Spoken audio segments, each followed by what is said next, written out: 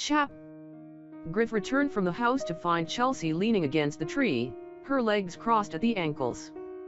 "I wanted to see how you and Alex were getting along," she said without preamble. "Did you satisfy your curiosity?" It was more than curiosity. More like genuine concern for my niece's welfare. Her clipped tone was at odds with the soothing manner she'd used with Alex.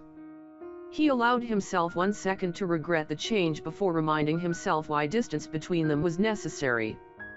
"There's a first time for everything," he muttered. "Last time you acted on your genuine concern, I almost lost my brother's child." She ran her tongue along her full bottom lip and his eyes followed the movement. That he had the ability to make the hotshot attorney nervous gave him some small measure of satisfaction. Not that it dispelled the overwhelming sexual attraction, but at least it gave him something to focus on. "I'd like to apologize again," she said. "My parents are, let's just say. They're my parents, not my role models." "Fine. Apology accepted." He said nothing more. A bird chirped in the distance. Griff let the silence turn from casual to uncomfortable and Chelsea shifted her weight from one foot to the other. "Mrs. Baxter seems nice." She broke the silence first, but the tension remained. "She is. Alex seems to like her." "She does." Apparently, his curt answers weren't a deterrent, because she didn't take the hint and leave. Griff didn't know how much longer he could fight both his anger and his hormones. As much as he disliked her, he found himself unwillingly attracted to Chelsea. He wasn't surprised. Where women were concerned, his judgment was decidedly poor. "I think she enjoyed the time we spent together. When I got here, Mrs. Baxter was busy cooking dinner and Alex was playing alone." "I see. So now she's being neglected." "Are you always so defensive?" "I wasn't criticizing, just making an observation. In case you hadn't caught on, I've had it with your interference." She paused, as if deliberating her next statement. Her tongue flicked over her lower lip again, and every ounce of willpower he possessed went into taking his eyes away from the sensual movement. Desire had no place in their relationship. Hell, they didn't even have a relationship. And they never would. Short of escorting her to the car, he could think of no way to get her out of here. But the conflicting emotions she touched off inside him were dangerous to mental health. "I meant my earlier offer to help out with Alex," she said, unwittingly giving him his escape route. He pounced without hesitation. "Next time you feel the need to have a kid of your own. I'll take care of Alex from now on." Tears welled in her brown eyes and a corresponding pain filled his gut. One look at her expression and he almost reconsidered, almost took her up on her offer to help. But the part of him that had been so recently betrayed rebelled at the notion. And, he reminded himself, she'd already proven how little she cared for others. So what was she doing here now? He pushed aside the nagging question that brought with it a flood of unwelcome guilt. He wanted to hurt her, and he had. "I have a legal right to visit my niece," she said once she'd regained some of her composure. He disliked the reminder. "Next time call first." Her eyes narrowed, but to his surprise she didn't fight him. "Fine. Alex loved this story, so you might want to read it to her sometime." She handed him a worn, yellow book. "It's a little old for her, but she'll grow into it." Her voice cracked. She ducked her head in embarrassment and turned and ran for her car. He glanced down at the book she'd shoved into his hand. He didn't recognize the title. Curious, he flipped through the tattered pages. Chelsea's name was scrawled in block letters on the inside flap. He slid down onto the grass to read. Closing the front cover, he pondered the mystery of Chelsea Russell. In court, she'd represented two people guaranteed to have a detrimental effect on Alex's life. Yet today, she'd given his niece a story about life, rebirth, and hope. Something to hold on to for the future, despite all she'd lost. Chelsea had obviously saved the book from her own childhood. Had she turned these same pages when she felt alone? Damn it, he shouldn't care. He muttered another curse, then stood and headed inside. Chelsea made the first right turn off Griffin Street and stopped the car at the curb, certain she was out of his sight. Still trembling, she shoved the gear shift to park and rested her head on the steering wheel. When she had decided to check on Alex, she had told herself to expect Griffin's anger or distrust. She realized now that she had counted on the passage of time to cool his ire. The barely concealed hatred that emanated from deep within him had taken her by surprise. The hard look in Griffin's eyes, coupled with his callous words, had taken her back to another time, another place. Memories that lurked just beneath her consciousness had threatened to surface and destroy her hard-won emotional stability and calm. She centered herself with two simple words: another man. Not Griffin. Regardless of the depth of his anger, he'd never lose control. He wasn't capable of physical abuse. She didn't know how she was so certain, just that she was. Perhaps the way he looked at his niece allowed her to believe in him despite his rough edges and harsh tone. Her ex-husband had had more than rough edges beneath the civilized veneer. He'd acted on his anger, reacted to whatever life dished out that didn't go his way, unlike Griffin, who accepted and tried to move on, she thought. No, the two men were nothing alike. But that didn't make Griffin any less dangerous to her well-being. An attraction existed that she couldn't deny. His harsh exterior covered a gentler side. Heaven help her should she ever be the recipient of the kinder Griffin Stewart. Thankfully, that possibility didn't exist. Though she'd like to pretend this was just another completed case and walk away, she couldn't turn her back on her sister's child. She wouldn't, regardless of the consequences. Being around Alex forced her to face the fact that her ex-husband's last violent act had assured her of an empty future and no children of her own. Over the years following her marriage, she had learned to live in the present without getting mired in the past. Time, circumstance, and Griffin's careless words brought the past she thought she'd buried into the present. Next time you feel the need to mother, have a kid of your own. She opened the car window, hoping the fresh air would clear her head. Today was an atypical August day. Instead of sweltering heat and humidity, the air felt cool, hinting at an early autumn. She normally looked forward to this particular change of seasons. For some, spring meant a time of renewal, but she preferred the fall. For Chelsea, autumn was memory-free. At least it had been. Until a little girl with dark hair had captured her heart, and the child's uncle had stomped on it. She slammed her hand on the wheel in frustration.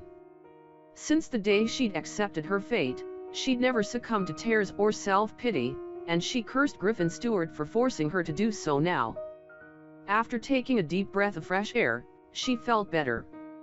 She turned the key in the ignition, but before she drove off, she had to stop and wipe the tears that blurred her vision. Thanks for coming. Griff opened the front door for his friend. No problem. Ryan walked in, kicked off his shoes, and headed straight for the kitchen, where he opened the refrigerator and grabbed a can of cola. Make yourself at home, Griff said wryly. Ryan grinned. Already have? Since they were kids, neighbors in a rundown apartment building, Ryan had always reached the fridge first, usually swiping the last can of soda, leaving only tap water for Griff. For Jared, Ryan would make an exception, letting him share the victor's spoils. Both Griff and Ryan had looked out for the pesky kid they both thought of as a little brother. Ryan gave his friend the once-over. You look like hell, he said between gulps. Griff ran his fingers through his disheveled hair. Feel like it, too. Did you get her back to sleep? Yeah. He followed Ryan back to the living room. But since it's the third time, I don't hold out much hope of her sleeping through the night. Griff glanced towards the clock on the fireplace mantel. A picture of his brother and sister-in-law, taken at Alex's first birthday, drew his attention, mocking his efforts at parenting. "I'm sorry I'm letting you down." He turned his gaze to the clock at the right of the picture. Almost midnight. His body ached, whether from lack of sleep or bending over the crib to soothe his niece, he didn't know. His heart ached, as well, but at least he could attribute that to a direct source. He glanced back at the photo. "I shouldn't be surprised," Griff said, forcing his thoughts to his present problem. This night isn't much different than any other in the past month or so. No sooner would he fall asleep than he'd be awakened by Alex's piercing cries. The doctor attributed the problem to her strange surroundings and the absence of her parents. Though he assured Griff that in time things would settle down, they hadn't. They'd gotten worse. "Isn't your live-in help working out?" Ryan asked. Mrs. Baxter offered to help out at night, but then she'd be useless during the day. As it is, I'm sure she's not catching much sleep just by virtue of proximity. Anyway, Alex needs someone familiar. Right now, that's me. Ryan flopped onto the sofa, his second cola in hand. "And me. Get out. I can handle things from here. I'm used to being up all night on assignment, and I've had my caffeine fix." He waved the can in the air. "You need the sleep. No way you'll function in court if you're sleeping through the proceedings. Appreciate it, buddy. I owe you." "Yeah. Ain't life grand?" Ryan grinned. "It's been better. Haven't you gotten one decent night's sleep since the squirt moved in?" "No." Ryan snorted in disbelief. "Pretty quick answer. Are you sure you wouldn't like to reconsider?" "You're a pain in the butt, Jackson." "Maybe. But how about some honesty? I seem to remember you're mentioning one particular night when you thought you had the problem beat. If you know so much, then why ask the damned question? Because friends make you face things you don't want to own up to?" Ryan kicked off his shoes and propped his feet up on the sofa. So, yes. One night last week Alex slept. I didn't. Since the day Chelsea had run from his home in tears, he had lived with a steady and conflicting diet of guilt and desire. His fluctuating feelings regarding Chelsea Russell kept him up nights, so the one evening Alex chose to sleep, Griff tossed and turned. The battle had been hell on him, physically as well as emotionally. A fair exchange, given how badly he treated Chelsea. Yet given a second chance, he'd do the same thing all over again. Self-preservation at its finest. "Aha," Ryan muttered. "Don't aha me. I'm going to bed. If you ask me, both you and Alex need her. We have each other, Ryan. We don't need anyone else. Especially a woman capable of turning his life upside down." He'd seen firsthand the lengths to which Chelsea would go to get something she wanted. No different than Deidre or his so-called mother. Regardless of Chelsea's effect on him, and he couldn't deny he felt something each time he even thought of Chelsea Russell, he didn't want to add her to his already convoluted life. Strand yourself on a deserted island, and you'll wind up alone?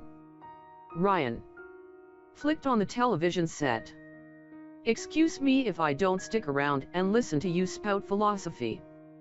I've got some sleep to catch up on." Griff turned and headed for the door. "Pleasant dreams." Griff ignored Ryan's jibe and low chuckle. His friend's poor sense of humor was a small thing to overlook in favor of a good night's sleep. He entered his bedroom and stripped off his clothing, collapsing onto the cool sheets in exhaustion.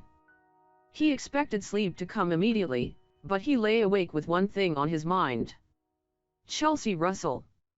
Until now, he had refused to contemplate the connection between Alex's well-being and her aunt, the complex lady lawyer who tormented his dreams. Chelsea's parents were no longer interested in Alex. Since the hearing a month ago, they had stopped by only once. Because the judge's ruling had reiterated the importance of family ties, and deep down Griff agreed, he'd been willing to allow the Russells supervised family visits. Apparently, having discovered that the judge's decision hadn't affected their status with the country club set, their granddaughter no longer fit into their plans. No need to burden themselves with a child if their shallow friends accepted them anyway. A part of him acknowledged the possibility that Chelsea's parents were grief-stricken and upset over losing custody on top of losing a daughter. That didn't justify ignoring the same child whose life they had tried to turn upside down. Regardless of the reason for their absence, Griff wasn't surprised, merely relieved. Thankfully, Alex didn't know the difference. Her restless nights were constant with or without her grandparents' presence in her life. Chelsea was a different story. Whether Griff liked it or not, and he definitely did not, Alex responded to her. Chelsea obviously created a sense of security the little girl lacked otherwise. That the cold lady lawyer could do for his niece what Griff could not aggravated him. He'd like to think the one peaceful night in a troubled month was mere coincidence. But deep down, he knew better. The child's smiles and giggles had been freer around Chelsea. He punched the pillow and lay down with an arm tucked beneath his head. The one person Griff needed to stay away from was the one person Alex needed to put her on the road to emotional recovery. His niece had to take priority over his own feelings. But could he be around Chelsea and not replay her role in the custody battle, not compare her to the selfish women in his past, his mother and fiancée? He thought about the tattered yellow book Alex carried around with her and exhaled deeply. Chelsea fit the mold, and yet she didn't. Alex's cries pierced the night. Griff was halfway out of bed before he remembered Ryan was on duty. He lay back onto the mattress and groaned aloud. Chelsea Russell. Could he be around her and not want her? He was about to find out. Asterisk. Chelsea turned on the television and inserted an exercise video into the VCR. She preferred her own company to the patrons of the health club around the corner from her office. Her secretary and next-door neighbor, always a reliable source, had informed her that most women went there to meet eligible men. Since Chelsea had decided to steer clear of the male species, her apartment was as good a place as any for working out. She secured a rubber band around her hair and unlocked the door for her neighbor. Though an efficient worker, her secretary was always late and sometimes a no-show for their exercise sessions. Since Chelsea had spent the last 2 days tied up in court, her friend's schedule was anybody's guess. Chelsea decided to start without her. She began with a tough series of stretches before settling in for serious relaxation. After such a long day, she could use both. Almost running into Griffin Stewart hadn't helped. She raised her right arm above her head and counted aloud. And 1, and 2, though she knew Griffin had begun working out of his home, she hadn't figured him for a family court type of practitioner. After his go for the jugular display the other day, she'd pretty much decided he'd stick to cutthroat litigation or hardball corporate law. She lowered her right arm and lifted her left. And 1, and 2. Dealing with broken families and children required a heart. Though he displayed his heart for Alex, Chelsea had seen Griffin's other side. In an effort to avoid him, she'd headed for the nearest door. When she ended up in the cafeteria, she succumbed to a chocolate craving. Now she was working off both stress and sweets, courtesy of a man who obviously didn't understand the meaning of forgiveness. Leg lifts, she decided, as she raised her right leg in the air, were more painful when she skipped a week between sessions.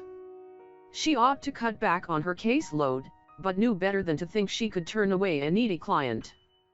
Despite her heavy breathing, she felt good, as if she were exorcising all the demons that Griffin Stewart had brought back into her life. Experience had taught Chelsea to learn her lesson the first time. "I'm sorry" only counted when the person uttering the words had the ability and the desire not to repeat his mistakes. "I didn't mean it," was the coward's way of not accepting responsibility for his actions. Chelsea had believed her husband one too many times. She'd stayed in her marriage and paid the ultimate price. Abuse wasn't only physical, and one such relationship was one too many. With Griffin, she'd slipped, but never again. She didn't intend to give him a third chance to insult her. Nor did she want to be reminded of her own painful past, something he'd managed to do quite easily and without much remorse. No, she could find time to see her niece when he wasn't around. She tucked a stray strand of hair back into her ponytail, switched sides, and lifted her left leg. Chelsea didn't need another slap in the face. She'd made a huge mistake. She'd also apologized. His penetrating eyes and sexy looks didn't entitle him to treat her like dirt. He wasn't worth another thought.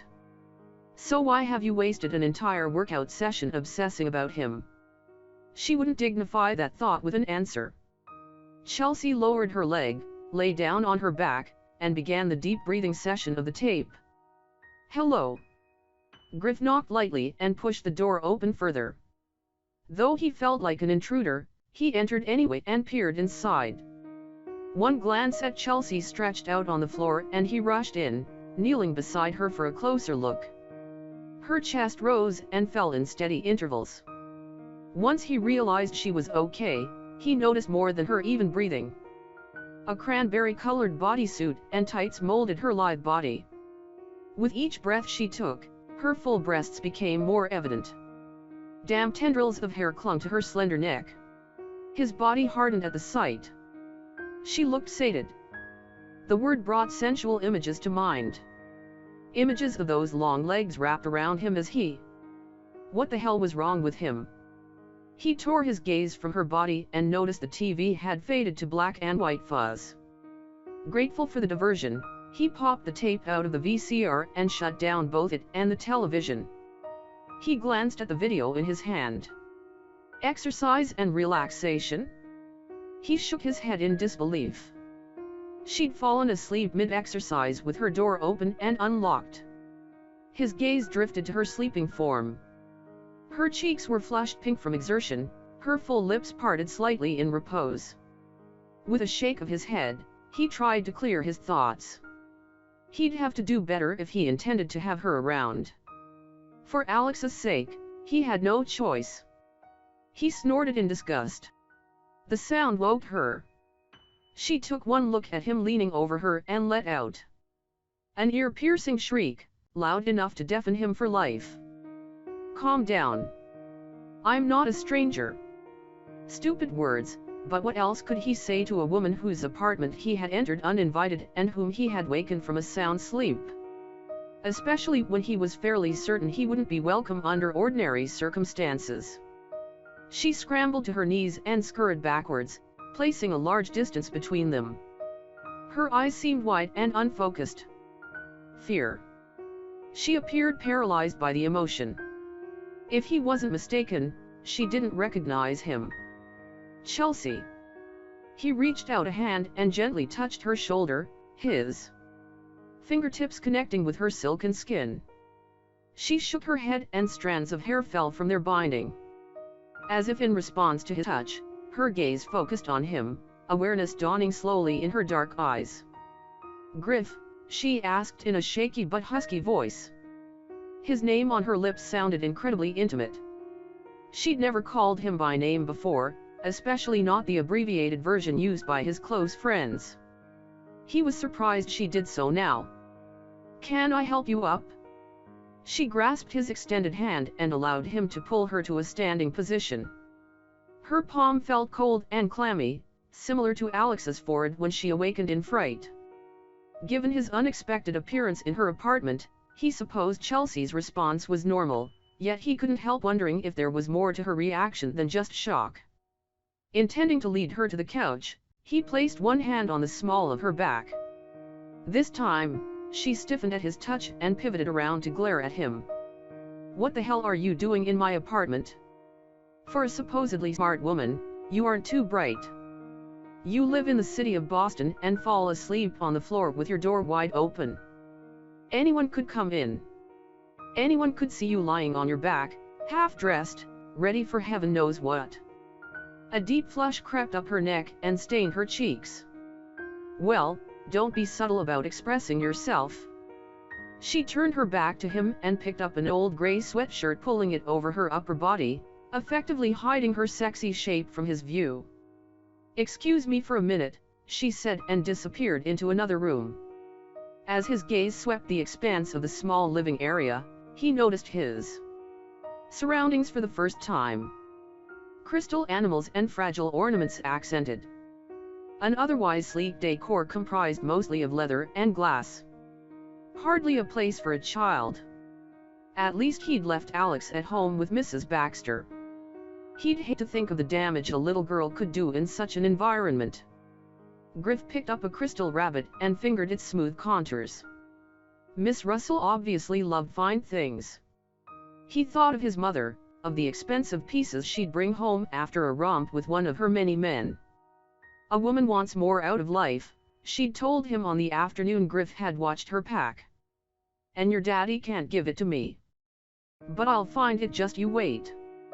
She'd looked around before closing her tattered suitcase, her eyes focusing on the chipped coffee table in the center of the room. And Griff, like the 12-year-old child he'd been, had thought she'd take the picture of himself and Jared, that she'd be back. Instead, her hand grasped a perfume bottle, one of the many objects she'd used to flaunt her affairs before his father. Griff had been wrong on both counts. And Chelsea, it seemed, was similar to his mother and ex-fiancé, sharing their love of possessions and probably valuing them above people. This visit had been a mistake. She couldn't help Alex. He wanted to turn and run before she returned. He nearly did, until his eyes focused on the bookshelf in the corner. Mixed in with the expensive trinkets were a set of books worn by use and age. A gap between two of the volumes indicated one was missing. He thought of Alex and the death grip she kept on the damned yellow storybook. There it was again, Chelsea Russell and her contradictions. She cleared her throat. With a sound that was half sigh, half groan, he faced her. She'd covered her long legs with baggy sweats that matched the oversized sweatshirt. Unfortunately, instead of sexy, she now looked soft and cuddly. Neither helped Griff's frame of mind. "The rabbit's my favorite," she said. He frowned and replaced the animal. "Getting back to your point." She gestured towards the door. "As it happens, I live in a high-security building." And the door was unlocked, not open. "Like a burglar or rapist would have recognized the difference," he said. "And it must have opened while you slept." "Oh." She looked down, apparently duly chastised. At least he'd made his point about her safety. Suddenly, she glanced up, her dark eyes narrowing suspiciously. "Just how did you get up here without the doorman calling first?" "I latched onto a large party headed for another floor. I didn't think you'd be too receptive if I called ahead." "Good thinking. And if I could do that, so could anyone." "Point taken. I'll be more careful in the future, though I was expecting company.